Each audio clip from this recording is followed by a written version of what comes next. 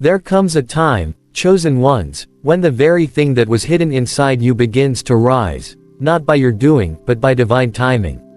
You see, when God hides something, it's not because it has no value, it's because it has too much value. Diamonds are not found lying on the surface, they're buried deep within the earth, covered by pressure, concealed by time. You have been hidden for a season, not forgotten, but preserved. God covered you so the world wouldn't contaminate what He was developing inside you. The quiet years, the overlooked seasons, the tears nobody saw, those were not wasted. They were divine incubation periods.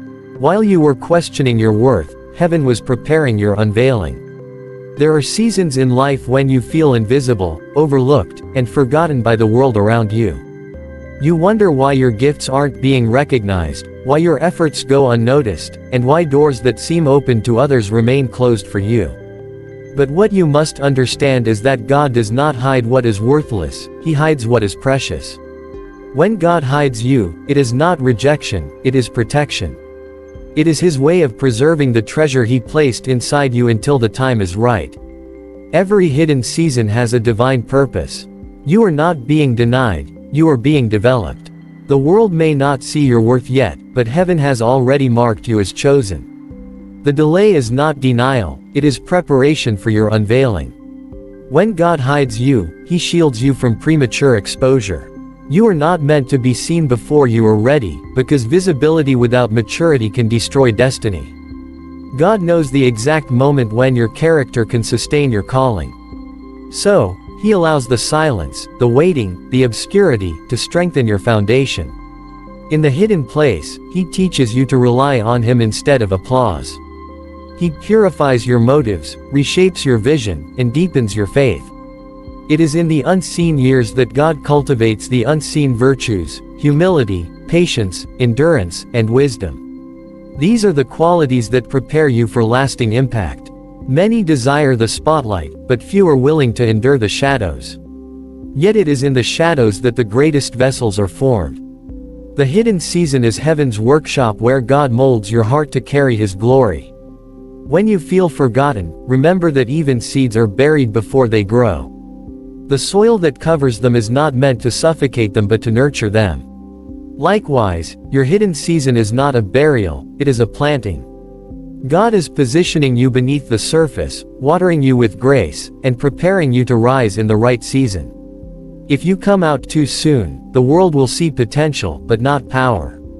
So, God conceals you until your roots are deep enough to sustain your destiny. Every hidden soul God chooses carries something sacred, something the world is not ready for yet. Your hiddenness is a shield against the noise of opinions, the weight of expectation, and the distraction of comparison. God is building something eternal in you, something that cannot be rushed or replicated. He is preparing your voice to carry truth, your presence to carry peace, and your life to carry light. When the time comes, no force on earth will be able to keep you concealed. Until then, the hidden place is your sanctuary.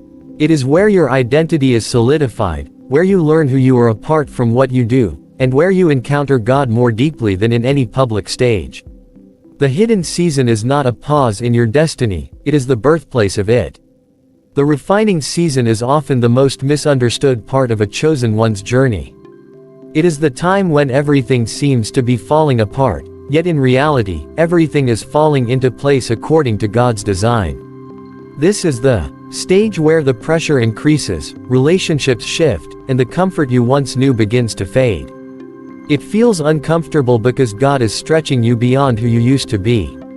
He is not punishing you, He is purifying you. Just as gold must go through fire to reveal its true worth, your purpose must pass through trials to be refined and strengthened. The refining process is not meant to destroy you but to remove what cannot go with you to the next level. It burns away fear, pride, doubt, and dependency on people so that your faith can stand firm on divine foundation alone. In this season, the tests come from every direction. Things you once relied on begin to fail. Doors that seemed certain suddenly close. People you trusted may walk away. You question what went wrong, but the truth is, nothing went wrong, everything is being aligned. God allows pressure to shape your character because He knows where He's taking you requires more depth, more resilience, and more spiritual maturity than you've ever had before. The refining season is not about your comfort, it's about your capacity. You are being stretched to handle more light, more responsibility, and more purpose. The greater the calling, the hotter the fire. This process exposes what was hidden inside of you all along. Pressure doesn't create weakness, it reveals it so that it can be healed. It's in this season that your faith is tested and your motives are purified. You learn to trust God not for what He gives, but for who He is. You learn to praise Him in silence, to remain faithful when no one applauds, and to continue walking when you can't see the path ahead. Every disappointment is a divine appointment in disguise. Every delay carries a lesson meant to refine your discernment. Every heartbreak is shaping compassion in you for others who will one day walk the same road. When God refines you, He also redefines you. The old version of you cannot survive the new season He's preparing.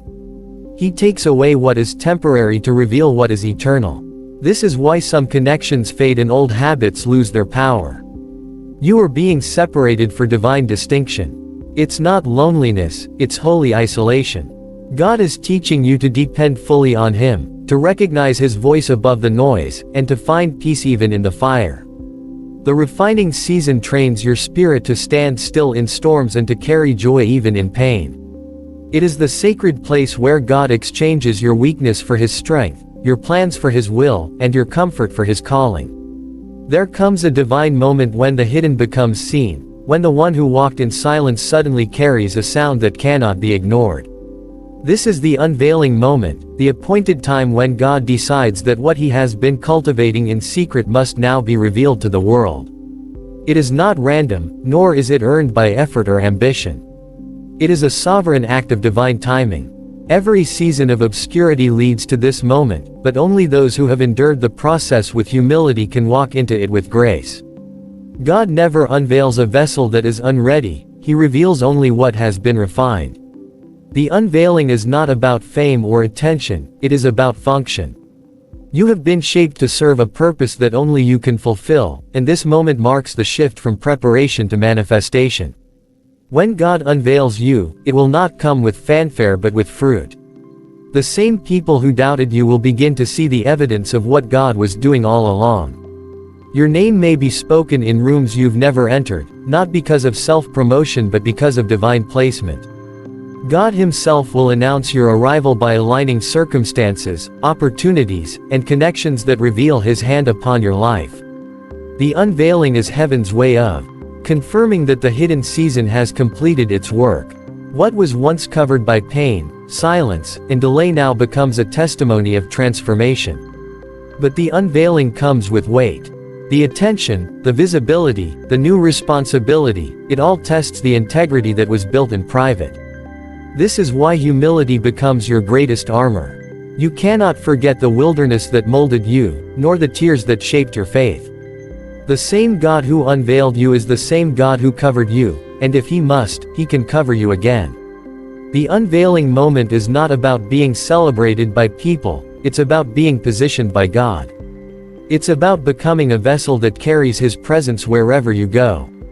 In this moment, the world begins to notice the beauty God placed in you, but what they see is only the surface of what heaven knows. They see confidence, but God sees surrender. They see success, but God sees stewardship. You are not being shown to the world for your glory but for His. Every open door, every new platform, every opportunity is designed to extend His kingdom through your obedience. This is why the unveiling moment demands discernment. You must know when to speak and when to stay silent, when to move and when to wait. The same voice that called you out of hiding must guide you into purpose. The unveiling moment is sacred because it reveals not just what you do, but who you have become. It is the moment when the beauty that was formed in darkness radiates light for others to see. It is the visible expression of an invisible process that only God could orchestrate. When God chooses to reveal you, it is not for self-promotion but for divine demonstration. The unveiling of His chosen ones is never about drawing attention to themselves but about reflecting His nature through their lives. Divine exposure comes from heaven's intention, not human ambition. It is not earned through striving, networking, or self-display. It is God's way of positioning His vessels where their light can influence, not impress. In a world obsessed with recognition, God teaches His chosen ones the difference between visibility and vanity. He knows that if you rise too soon, you might confuse the purpose of your platform. So He waits until your heart no longer craves validation before revealing you to those who will be impacted by your presence. Divine exposure comes only when your desire to glorify God outweighs your desire to be seen. When the season of exposure arrives, it does not come as noise or chaos but as divine order. Opportunities begin to align not by your pursuit but by divine orchestration. People begin to notice what you carry, but they cannot explain why. Your influence begins to expand, not because of your effort, but because heaven has endorsed your assignment. This is not promotion in the worldly sense, it is placement in divine purpose. The same God who once kept you hidden now trusts you to represent Him publicly. The exposure is not a reward, it is a responsibility. It means your life must now become a living message, a reflection of the one who sent you. Divine exposure often brings both honor and misunderstanding. Some will celebrate what God is doing in you, while others will question or criticize it. But you must remain steady, rooted in the truth that this unveiling is not about you. The moment you begin to make it about yourself, pride will try to corrupt what purity built. God's exposure comes with boundaries. It requires constant humility, deep dependence, and unshakable focus. He will keep reminding you that every spotlight has a purpose, to illuminate Him through you. You are not the source of the light, you are the vessel that carries it. When God exposes you, He also exposes what's inside you. The pressure of visibility tests whether you've truly surrendered your heart. Divine exposure reveals both gifting and character. It shows whether your motives align with heaven's will. This is why God takes so much time preparing His chosen ones in secret, so that when the world finally sees them, they see maturity instead of immaturity, substance instead of surface, authenticity instead of performance. True exposure from God does not inflate your ego, it amplifies your assignment. It attracts people who are hungry for transformation, not entertainment. It opens doors that lead not to comfort but to calling. In divine exposure, God positions you as a reflection of His excellence, His grace, and His power. Your life becomes a living testimony that no man can orchestrate destiny, that no human hand can elevate what heaven has not endorsed. The world may see your rise, but only you and God will know the cost of your preparation. True beauty is not something that can be manufactured, decorated, or performed. It is not found in appearance, achievements, or approval. True beauty is the light that emerges from within when a soul has been purified by pain, shaped by surrender, and anchored in purpose. God is not concerned with outward glamour, He is invested in inner glory. The world celebrates image, but heaven celebrates integrity. What makes the chosen ones radiant is not how they look, but what they've endured and what they've become through it.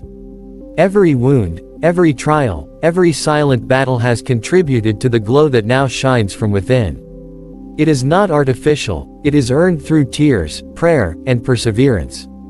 God's beauty cannot be painted on, it must be revealed through transformation. The power of inner brilliance is that it does not depend on circumstance. Even in the midst of storms, those who carry divine beauty radiate peace. Their strength is quiet yet undeniable. They have been through fire, but they do not smell like smoke. They have faced rejection, but they have not grown bitter. There is a serenity in their presence that cannot be explained, because it is the evidence of God's work in their soul. That beauty is not fragile, it is forged. It comes from knowing who you are in God, from understanding that your value was established before anyone ever recognized your worth. When you carry inner brilliance, you no longer chase validation, you attract divine recognition. This kind of beauty is magnetic because it reflects the heart of the Creator. It draws others not to you, but to the God who dwells within you. The chosen ones shine not to outshine others, but to bring light into dark places. Their beauty carries healing, their words carry life, and their presence carries hope. They do not need to announce their worth, it speaks for itself through their peace, humility, and confidence. This is the beauty that adversity produces, the beauty that cannot be stolen or diminished by circumstances. When you have been refined by trials, your light becomes unbreakable. Inner brilliance is not about perfection, it is about authenticity. It is the courage to remain kind when life has been cruel, to keep loving when your heart has been broken, and to keep believing when everything around you says otherwise.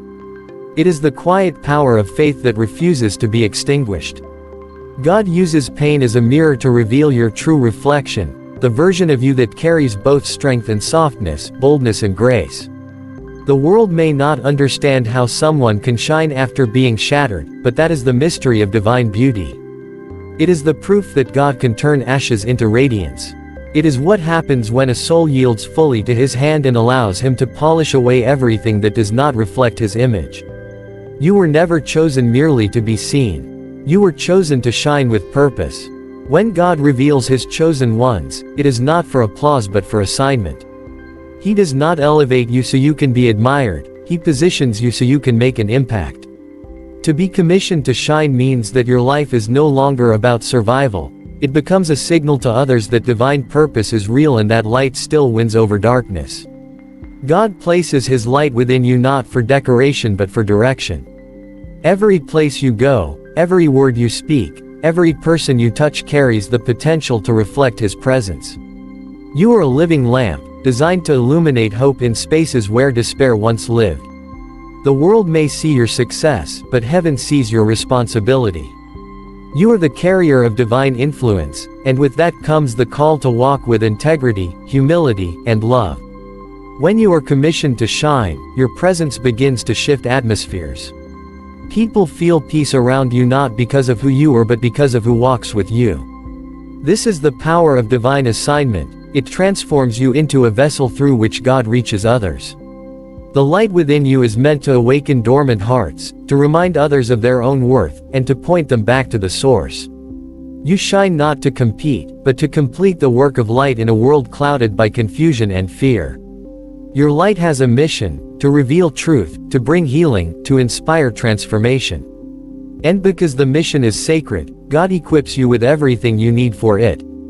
The same Spirit that called you will sustain you, even when the weight feels heavy. But shining does not mean life becomes easy. Light attracts both seekers and opposers. The brighter you shine, the more resistance you may face. Yet even this is part of your commissioning. The challenges are not signs of failure, they are proof that your light is reaching places darkness once claimed. You were never called to blend in, you were sent to stand out. God uses your authenticity as a torch that leads others toward their own awakening. Even your scars shine, they tell stories of endurance and grace. You become living evidence that God can use broken vessels to release perfect light. To be commissioned to shine is to live with constant awareness that your life carries meaning beyond the moment. Every act of kindness, every word of encouragement, every silent prayer becomes a reflection of divine beauty. God doesn't send you out as a performer, He sends you out as a messenger. The light He placed in you was not meant to stay contained. It must move, touch, and transform. You become the reflection of His glory in motion, a walking testimony that light is stronger than any darkness. The world will recognize your brilliance, but heaven will recognize your obedience.